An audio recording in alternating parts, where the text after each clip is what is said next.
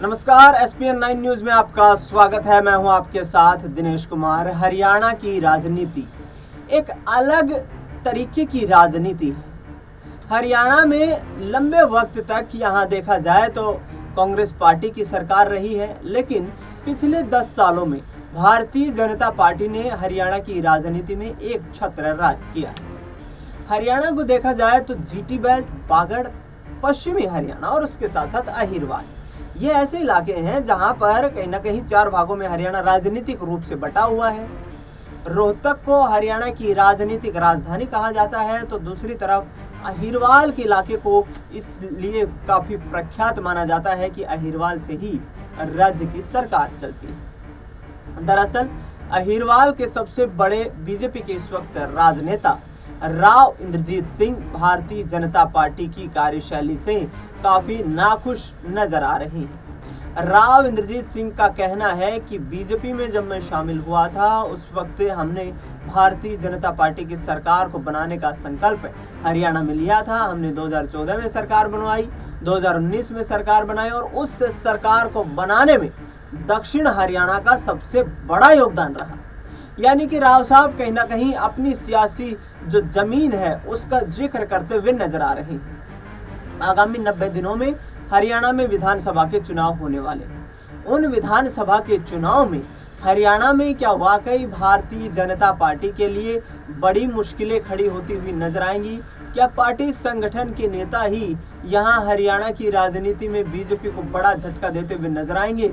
बड़े सवाल खड़े हो रहे हैं और इन सवालों के बीच जवाब ये है कि नायब सिंह सैनी को गृह मंत्री अमित शाह की हरी झंडी मिल गई है और वही हरियाणा के अगले चीफ मिनिस्टर के चेहरे होंगे।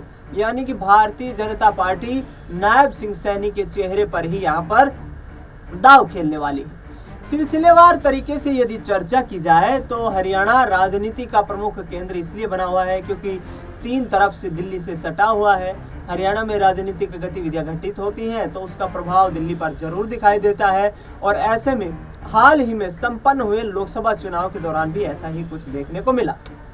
लेकिन बड़ा सवाल ये खड़ा हो गया कि हरियाणा में एक तरफ भारतीय जनता पार्टी, दूसरी तरफ जननायक जनता पार्टी और कांग्रेस पार्टी एक साथ एक सुर में बोलती हुई नजर आ रही है, तो एक तरफ एक नया थर्ड फ्रंट खड़ा होता हुआ भी नजर आ रहा है। इनेलो और इसके साथ साथ बसपा के बीच हरियाणा में विधानसभा चुनाव को लेकर गठबंधन हो चुका है। हरियाणा में विधानसभा चुनाव को लेकर गठबंधन के बीच अब बड़ी खबर ये है कि आने वाले वक्त में इनेलो दलित वोट बैंक के साथ साथ जाट वोट बैंक को भी यहाँ पर प्रभावित करने का काम करेगी। लेकिन प्रमुख टक्कर जो है वो कांग्रेस और बीजेपी के बीच है। दोनों दलों के बीच सीनियर जो लीडर हैं उनके बीच कहीं ना कहीं गुटबाजी, यहाँ पर भीतर घात की जो तमाम खबरें हैं वो भी सामने आ रही हैं, क्योंकि राव इंद्रजीत सिंह और अनिल विज भारतीय जनता पार्टी हाईकमान के खिलाफ खुलकर बयानबाजी कर चुके हैं। तो कांग्रेस पार्टी में भी कुमारी शैलजा, रणदीप सिंह सुरजेवाला जैसे ऐसे चेहरे हैं जो कहीं ना कहीं एक धड़ा बनाते हुए नजर आते हैं। तो दूसरी तरफ भूपेंद्र सिंह हुड्डा गुट में भी कई ऐसे नेता हैं जहां पर कहीं ना कहीं हुड्डा गुट को तवज्जो देने की बात की जाती रही है। लेकिन आने वाले विधानसभा के चुनाव में यहाँ दक्षिण हरियाणा क्या महत्वपूर्ण भूमिका निभाएगा, ये भी बड़ा सवाल खड़ा हो गया है। लगातार नाराजगी बढ़ती जा रही है राव इंद्रजीत सिंह की। राव इंद्रजीत सिंह गुरुग्राम से लोकसभा के सांसद हैं और 2004 से लेकर 2024 तक के इस 20 साल के सियासी सफर में जो उन्होंने लोकसभा में व्यतीत किया है उसमें उनका साफ तौर पर कहना है कि आज के वक्त में और उस दौर के वक्त में कोई ज़्यादा फर्क नहीं है। मैं यूपीए 1 में भी राज्य मंत्री था और 2024 आने पर यहाँ पर मोदी की तीसरी सरकार शुरू हो गई है और यहाँ पर भी मुझे राज्य मंत्री का दर्जा दिया गया है, जो अस्वीकार्य है क्योंकि हरियाणा के लोग मुझे मुख्यमंत्री के पद पर देखना चाहते हैं। दीपेंद्र सिंह हुड्डा हरियाणा में हरियाणा मांगे हिसाब नामक अभियान की शुरुआत कर चुके हैं।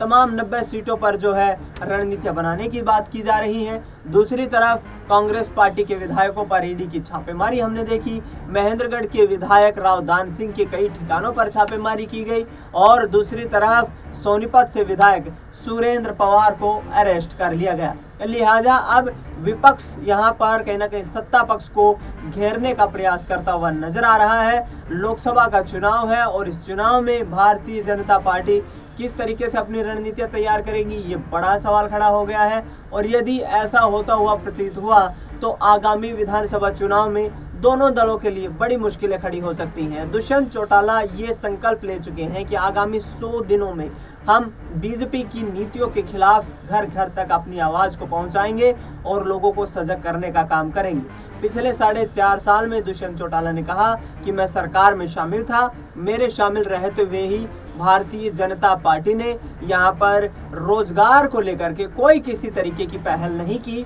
अब जब चुनाव का वक्त नज़दीक आ चुका है, तमाम यहाँ पर भर्तियों के एप्लीकेशंस निकाले जा रहे हैं और हरियाणा के युवाओं के भविष्य के साथ खिलवाड़ किया जा रहा है। लेकिन देखना ये होगा कि 10 महीने पुरानी उस वक्त की पार्टी जननायक जनता पार्टी हरियाणा में एक निर्णायक भूमिका में थी, तो क्या दुष्यंत सिंह चौटाला आने वाले वक्त में भी कोई बड़ा खेल करते हुए नजर आएंगे। फिलहाल नजरें यहाँ पर राव इंद्रजीत सिंह अनिल विज पर बनी हुई है और इसके साथ साथ नजरें ये भी बनी हुई है कि क्या जाट वोट बैंक को यहाँ पर दरकिनार करके भारतीय जनता पार्टी अपनी सरकार को हरियाणा में बना पाएगी और सरकार को जो है रिपीट कर पाएगी, क्योंकि 10 सालों से लगातार हरियाणा में बीजेपी की सरकार चल रही है। इस वक्त नायब सिंह सैनी के पास विपक्षी आरोप लगा रहा है कि सरकार चलाने के लिए बहुमत नहीं है और सरकार अल्पमत में दिखाई दे रही है।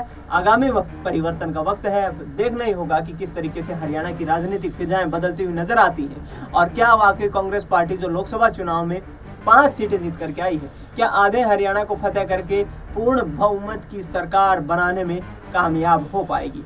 फिलहाल इस खास कार्यक्रम में इतना ही। देश दुनिया की तमाम बड़ी खबरों के लिए आप देखते रहिए SPN 9 न्यूज।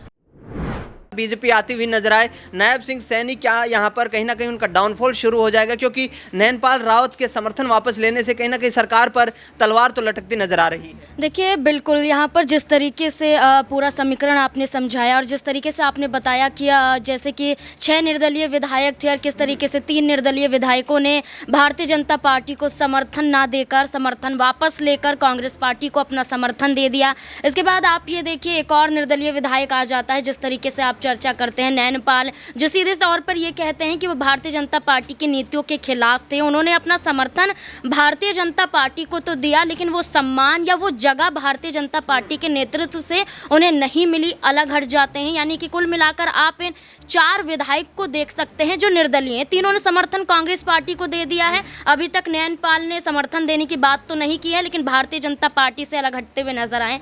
हलूपा की बात करें तो यहाँ पर वो विधायक अभी मौजूद हैं। क्या यहाँ गोपाल कांडा की बात करें तो वो विधायक मौजूद हैं जो भारतीय जनता पार्टी को अपना समर्थन दे रहे हैं। ऐसे में अगर वो भी वापस ले लेते हैं समर्थन, तो आप ये देखिए कि विधानसभा चुनाव से पहले राज्यसभा का चुनाव भी होना है और राज्यसभा के चुनाव में भी विधायकों की संख्या बहुत महत्वपूर्ण मायने रखती है।